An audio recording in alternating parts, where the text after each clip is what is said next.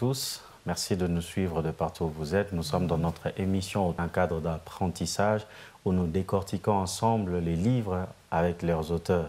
Et dans ces numéros, nous proposons de connaître un auteur-écrivain, un homme qui, au jour d'aujourd'hui, compte plusieurs ouvrages dans sa bibliothèque.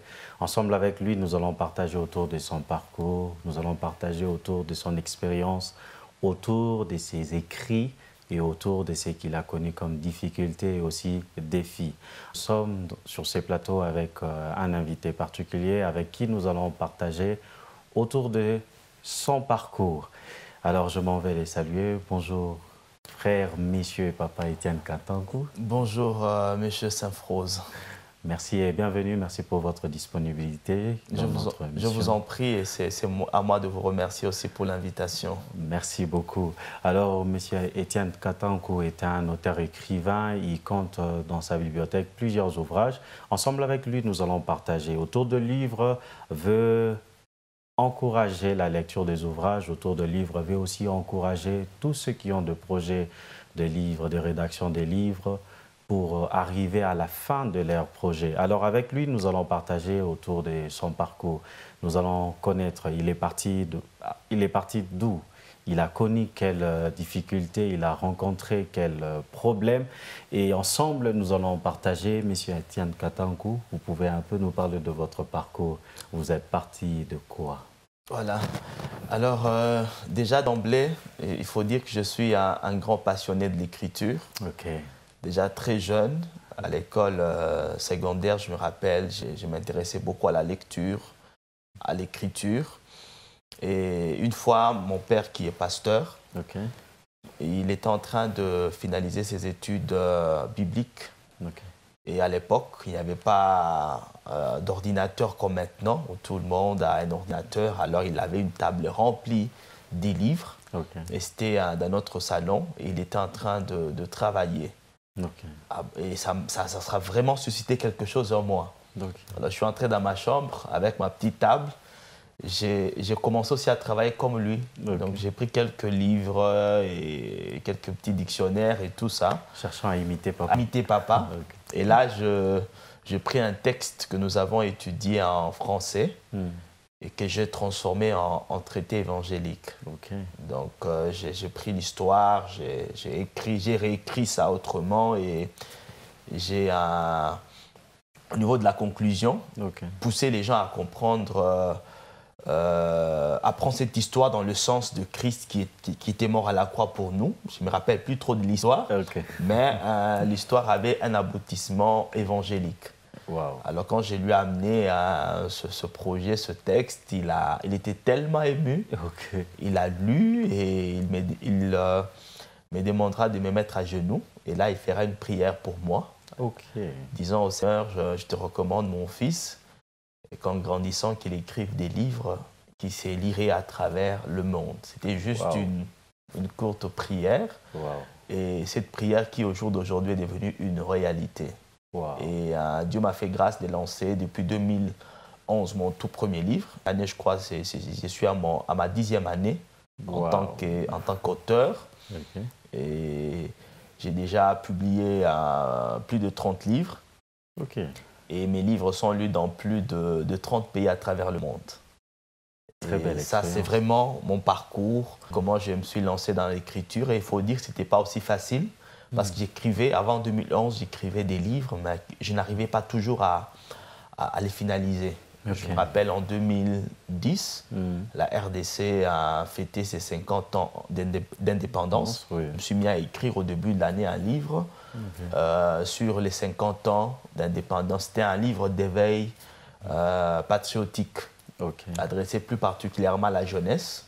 Et je commençais à écrire ces livres avec objectif de les sortir le 30 juin, de les publier le 30 juin 2010. Malheureusement, malgré mes efforts et mon inexpérience aussi à l'époque, je n'ai pas pu finaliser le livre à temps. Et le 30 juin est passé, j'étais découragé.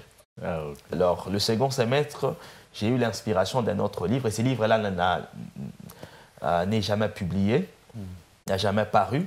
Et je me suis dit, cette fois-ci, je dois vraiment me battre pour publier un livre. Je crois que ça doit être en fin 2010 ou début 2011 que je suis entré en retraite. J'ai quitté chez moi la maison. J'ai trouvé un endroit calme où je me suis enfermé pour commencer et finaliser. Je crois que j'avais déjà commencé le livre, mais vraiment pour finaliser mon tout premier livre. Donc, je me suis enfermé pendant 2 semaines. Wow. Et je me rappelle, je n'avais pas un grand budget avec moi, donc je prenais du thé rouge et du pain sec, du pain sans beurre en plus. Pendant 2 semaines, je me suis vraiment concentré, travaillé. J'ai travaillé d'arrache-pied pour finaliser mon tout premier livre. Et là, je l'écrivais, je n'avais même pas d'ordinateur. Donc là, j'écrivais à la main. À la main, j'écrivais, je me suis battu vraiment en 2 semaines. J'ai vraiment finalisé mon tout premier livre. Et, par la grâce du Seigneur, j'ai rencontré un ami à qui je suis toujours reconnaissant, d'ailleurs qui prie ici à la Borne, le frère Dominique Matadi. Voilà, il connaît un peu mon parcours.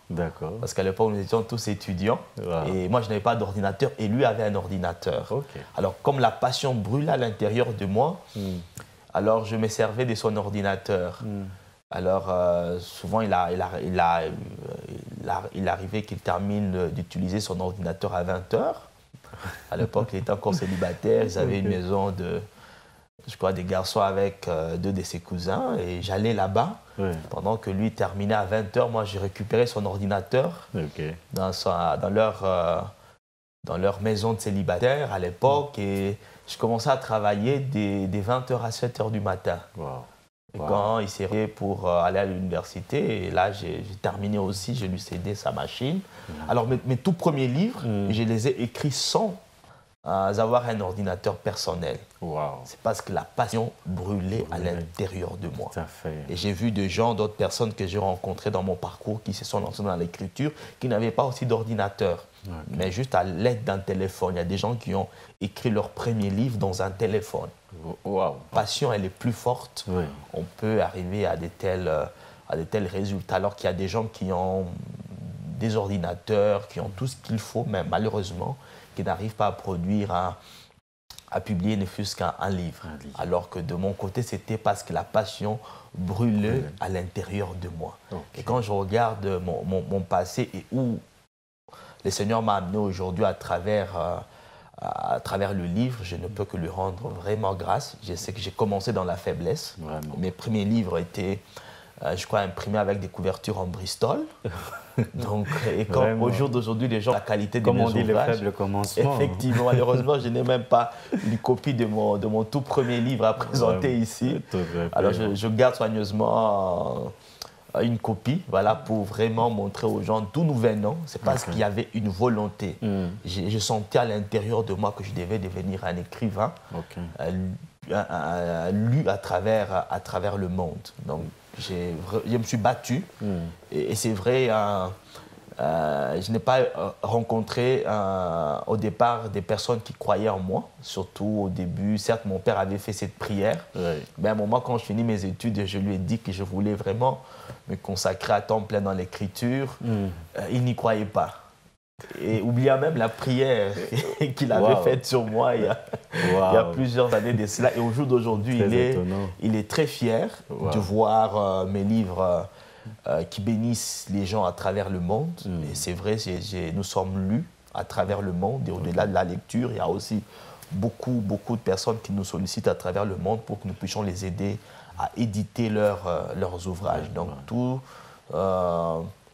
ces résultats, c'est parce que nous avons pris la décision de commencer quelque part. Certes, avec la grâce du Seigneur, nous voilà aujourd'hui arrivés où nous en sommes. Waouh, quel parcours particulier et combien riche.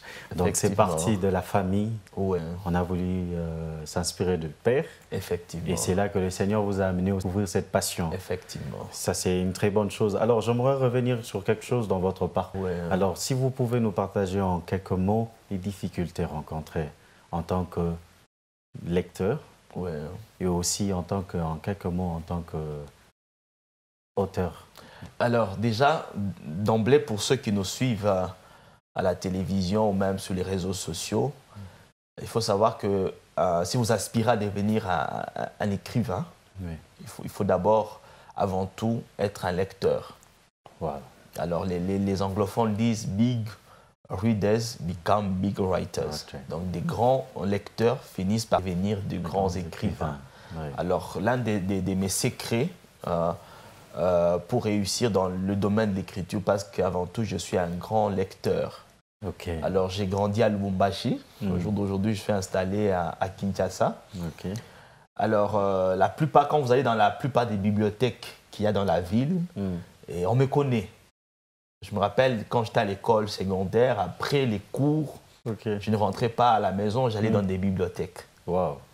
Vous vous privez même de la nourriture? Voilà, je mangeais après, quand je rentrais à la maison à 17 h, parce que la plupart des bibliothèques dans la ville, on les fermait à 16 h. Bon, plusieurs jeunes à cet âge-là se précipitent pour rentrer à la maison, jouer au foot et regarder faire la autre chose. Télévision, mais moi, mon temps, je l'ai investi dans les livres. Je me rappelle même, j'ai fréquenté beaucoup de librairies, une bibliothèque à la Rouachi, voilà, dans l'enceinte de l'église Fleuve d'eau vive. Voilà, on appelle l'Institut des théologies de Lubumbashi, qu'on appelle Istelou. Ils ont une bibliothèque vraiment avec des livres très riches. Alors, il m'arrivait des fois d'aller lire là-bas. Et quand les bibliothécaires devaient se déplacer, alors pour ne pas m'interrompre dans ma lecture, ils m'enfermaient dans la bibliothèque. Wow. Wow. Ils m'enfermaient dans la bibliothèque. C'est spécial ça. Voilà, ils m'enfermaient dans la bibliothèque qui peut faire même 3 heures, 4 heures. Donc je suis enfermé en train de lire. J'ai lu beaucoup de livres qui ont vraiment aiguisé, qui ont rempli mon puits d'inspiration, qui ont façonné ma façon de réfléchir. Donc vraiment la lecture a été un vrai régal pour moi et ça a beaucoup façonné ma vie. Mais ce qui est vrai, c'est qu'on n'a pas, l'une des difficultés peut-être, c'est qu'on n'a pas, la plupart des livres que j'ai lisés, certes c'était des livres aussi intéressants, mais ce n'étaient pas des livres d'actualité. C'était des vieux livres, voilà, écrits il y a plusieurs années de cela. Vraiment, ce n'étaient pas des livres récents, parce qu'il y a beaucoup de livres qui sont publiés chaque année. Mais malheureusement, dans nos bibliothèques, c'est vraiment rempli des livres qui ont paru il y a plusieurs décennies de cela. Donc ça, c'est l'une des difficultés, vraiment, d'être dans un environnement où il n'y avait pas assez de bibliothèques. Voilà, des livres des livres actuels, voilà, qui pouvaient nous permettre de nous mettre à la page. Mais grâce aussi à Internet, j'ai quand même aussi beaucoup lu.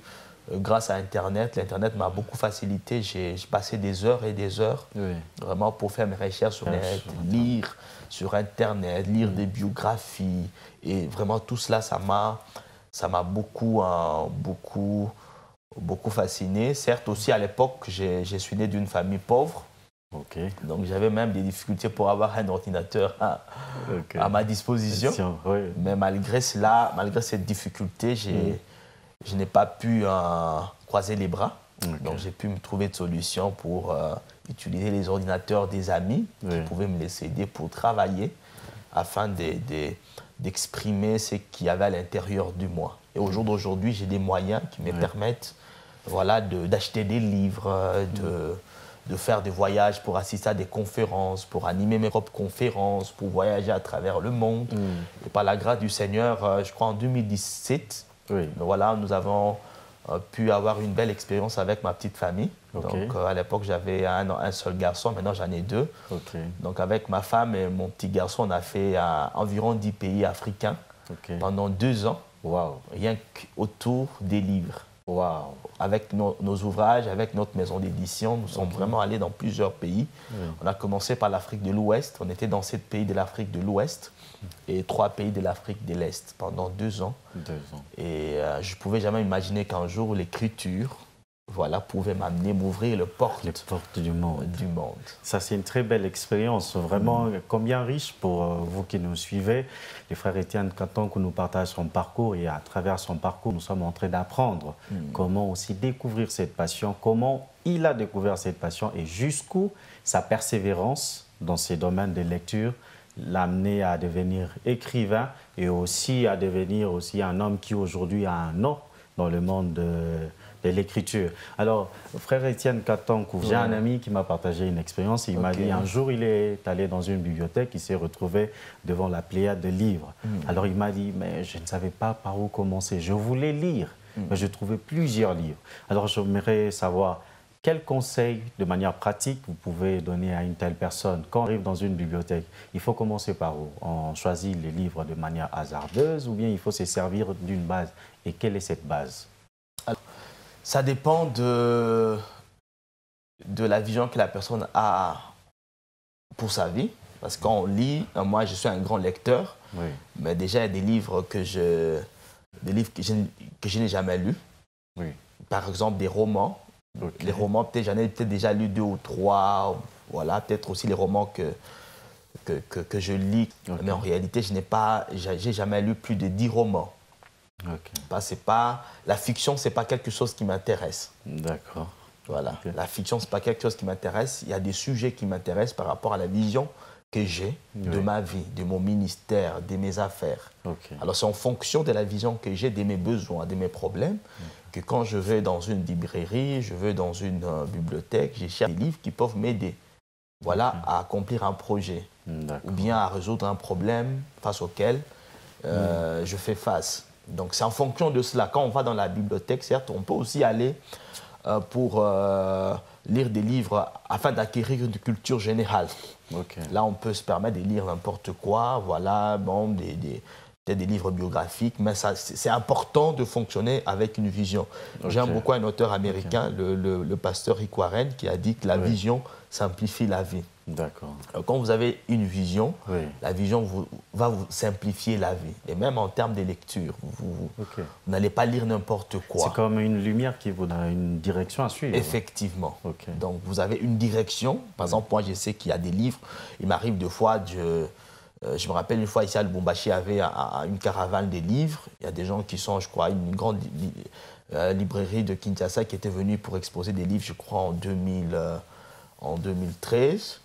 Alors, je ne savais même pas qu'il y avait une caravane des livres dans la ville. Et je n'avais même pas assez d'argent sur moi. Et je trouvais un merveilleux livre. Le titre, je me rappelle, c'est « Messager millionnaire ». Alors, c'est vraiment un livre qui parle de l'industrie des conférences, l'industrie des auteurs, comment c'est faire de l'argent dans cette industrie. Alors, ce livre coûtait, je me rappelle, $40. C'était un livre, quand j'ai vu ce livre, j'ai dit ça, c'est le livre dont j'ai besoin pour m'orienter, m'éclairer, me guider dans ma carrière d'écrivain, de conférencier. Alors j'ai dû prendre tout ce que j'avais sur moi pour me procurer ces livres. Et ces livres m'a beaucoup fasciné. Donc il est important d'avoir une vision. C'est cette vision qui va vous canaliser, voilà, par rapport aux livres que vous devez lire, mais aussi par rapport à vos besoins, parce que les gens ont des besoins, ils ont des problèmes.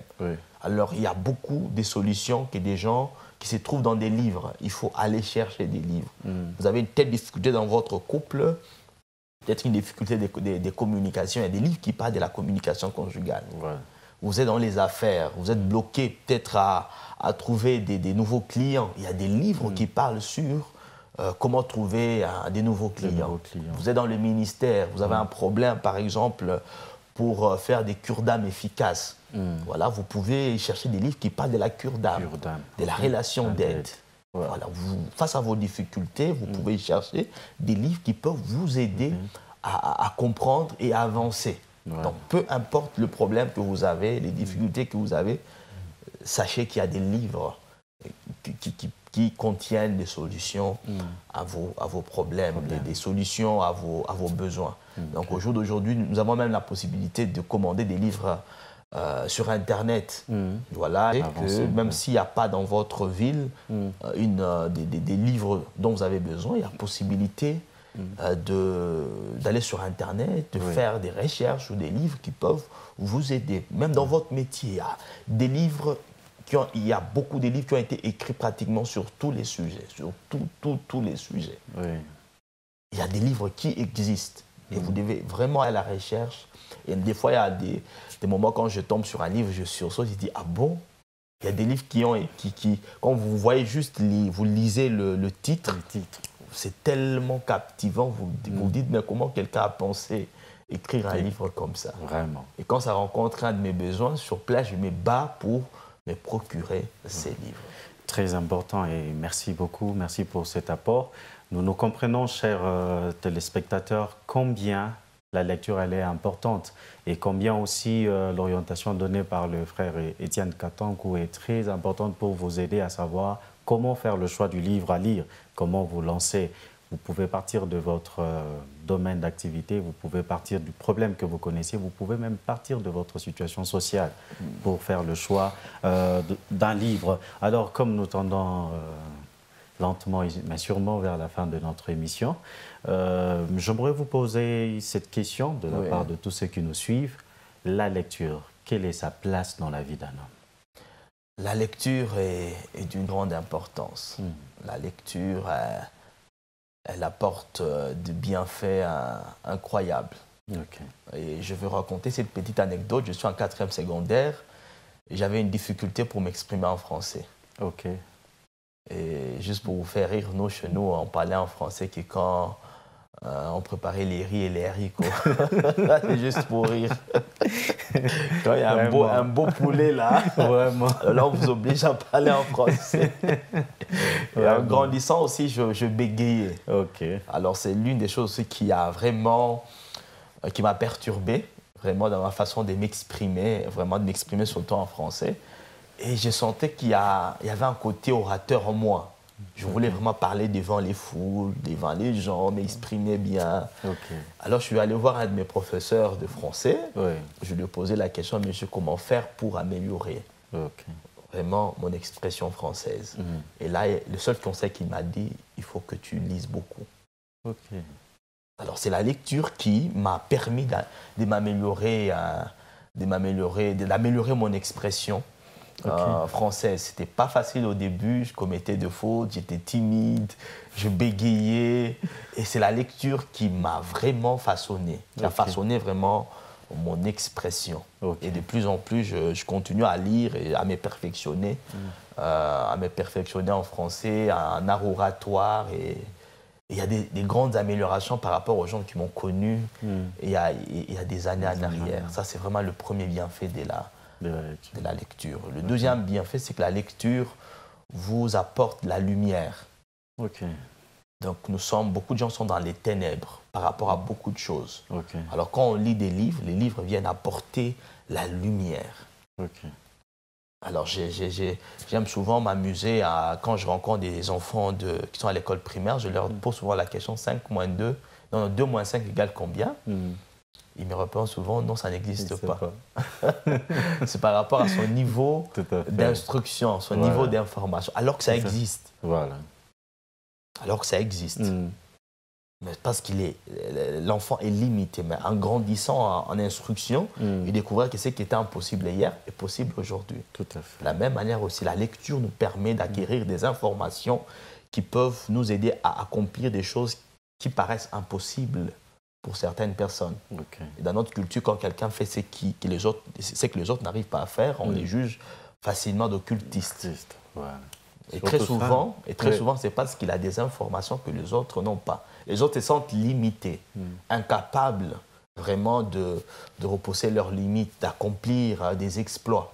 Alors face à ceux qui les accomplissent, ils trouvent que non, voilà, ils doivent avoir des pouvoirs supranaturels pour réaliser cela, alors que c'est juste l'information. L'information, c'est un pouvoir. L'information, c'est une puissance. Et j'aime aussi raconter cette anecdote d'un monsieur qui avait sa petite usine et la machine principale est tombée en panne. Ils ont fait quelques jours sans fonctionner et puis ils ont fait un mécanicien qui est venu avec son sac d'outils. Quand il arrive, on lui explique ce qui n'allait pas et ils ont tout fait avec les techniciens de l'entreprise. Ils n'ont pas pu résoudre le problème. Et qu'est-ce que lui a fait? Il a juste sorti de son sac d'outils un marteau. Et il a donné un coup de marteau à un endroit. Et quand il a allumé la machine s'est allumée. La machine a commencé à fonctionner, a repris le fonctionnement. Et il fait une facture. Une facture de $100. Et le monsieur dit non, pas quand même jusqu'à ce niveau. Pour un coup de marteau, tu me factures $100. Non, là, tu me donnes des explications. Ouais. Il a oublié toutes les difficultés dans lesquelles ils étaient pendant quelques jours sans voir la machine fonctionner. Ouais. Et le monsieur dit non, je vais te faire une facture et t'expliquer pour $100. Il dit $1 pour le coup de marteau et $99 ou $99 pour savoir où donner le coup de marteau. Pour montrer le pouvoir de l'information. Ouais. Parce que quand vous êtes informé, vous devenez puissant. Et alors les gens qui réussissent, même quand vous prenez les hommes les plus riches du monde, ils ne sont pas riches grâce à une carrière des mines, une carrière de diamants ou d'or. Mais ils sont riches grâce à leur savoir. Pour dire que le savoir, l'information, c'est une richesse. Et c'est une richesse. La plupart des économies à travers le monde investissent beaucoup dans les savoirs. Alors que le savoir vous donne un pouvoir incommensurable. Ça vous permet de développer des compétences, d'acquérir de nouvelles compétences, de développer même vos anciennes vos compétences déjà acquises. Alors beaucoup de gens finissent des études universitaires et ils pensent déjà avoir tout maîtrisé, ils s'arrêtent là. Alors qu'il y a encore beaucoup de choses à savoir. Ils ont du mal à se remettre à jour, à lire des livres qui peuvent leur permettre de devenir meilleurs dans leur secteur d'activité. Et la plus grande pauvreté à travers le monde, c'est la pauvreté au niveau de l'information. Et même la parole de Dieu est claire à ce sujet. Mon peuple meurt parce qu'il lui manque la connaissance. L'ignorance, c'est ce qui tue. Alors quand on a l'information, quand on a la connaissance, elle fait toujours la différence. Et moi, par exemple, je crois quand j'étais en G1, quand il m'arrivait de discuter avec des gens, beaucoup pensaient que j'étais en L2 ou en L1, alors que je n'étais qu'en G1. Parce que quand ils m'entendaient parler, mes idées étaient tellement d'une portée élevée qu'ils ne pouvaient pas imaginer que que vous soyez en G1. Que j'étais en G1. Et des fois, même quand je demande aux gens d'estimer mon âge, souvent ils me donnent 10 ans de plus. À cause de quoi? À cause de la connaissance. Je crois, David, ou bien voilà, dans le psaume 119 qui dit que ta parole me rend plus sage que mes maîtres. Donc la parole de Dieu, c'est une puissance. Quand on lit la parole de Dieu, on acquiert la connaissance de la parole de Dieu. Et c'est pareil aussi pour toutes sortes de connaissances. Vous pouvez avoir de l'avance sur les gens de votre génération juste à cause de la connaissance. Il m'arrive des fois de parler à des gens qui sont plus âgés que moi. Par la grâce du Seigneur, nous écrivons des livres même sur le mariage. Je n'ai que 5 ans de mariage. Alors nous avons écrit avec mon épouse un livre que nous aurons l'occasion de présenter dans une prochaine émission, intitulé « Ces couples qui nous inspirent ». Nous avons écrit ces livres, nous avons fait des recherches, nous avons lu. Le Seigneur nous a vraiment inspiré beaucoup de choses. Un livre de 508 pages. Nous avons eu des gens qui ont plus d'années dans le mariage qui l'ont lu et qui ont appris énormément des choses. Donc nous, je crois quand nous écrivions ces livres, nous avions, je crois, que 3 ans de mariage. Mais nous avons écrit des livres, un livre qui a béni des couples qui ont plus de 20 ans, plus de 25 ans de mariage, qui ont appris des choses qu'ils ne connaissaient pas. Et ça, c'est quoi? C'est la puissance de l'information. Merci beaucoup, M. Etienne Katankou. Merci pour le partage de votre parcours. Chers téléspectateurs, nous sommes arrivés à la fin de notre émission. Je crois que vous avez beaucoup appris sur le parcours de notre bien-aimé. La lecture. La lecture est une recommandation divine parce que lorsque nous scrutons les Saintes Écritures, nous voyons plusieurs recommandations, des versets qui nous incitent à lire. Josué 1, 8 est l'illustration la plus meilleure. Que ces livres de la loi ne s'éloignent point de ta bouche, mais dites-les jour et nuit. Dans la méditation, il y a d'office la lecture. Merci beaucoup pour votre parcours. Nous avons beaucoup appris. Malgré les différentes difficultés que vous avez connues, vous n'avez jamais baissé les bras. C'est une leçon que je retiens. Malgré les maigres moyens, il ne s'est jamais découragé. Alors, la lecture est au centre de notre vie. Il a répondu, il a dit. Nous vous disons à très bientôt et que Dieu vous bénisse et restez-nous surtout fidèles dans notre émission, dans votre émission Autour du livre. Bye bye.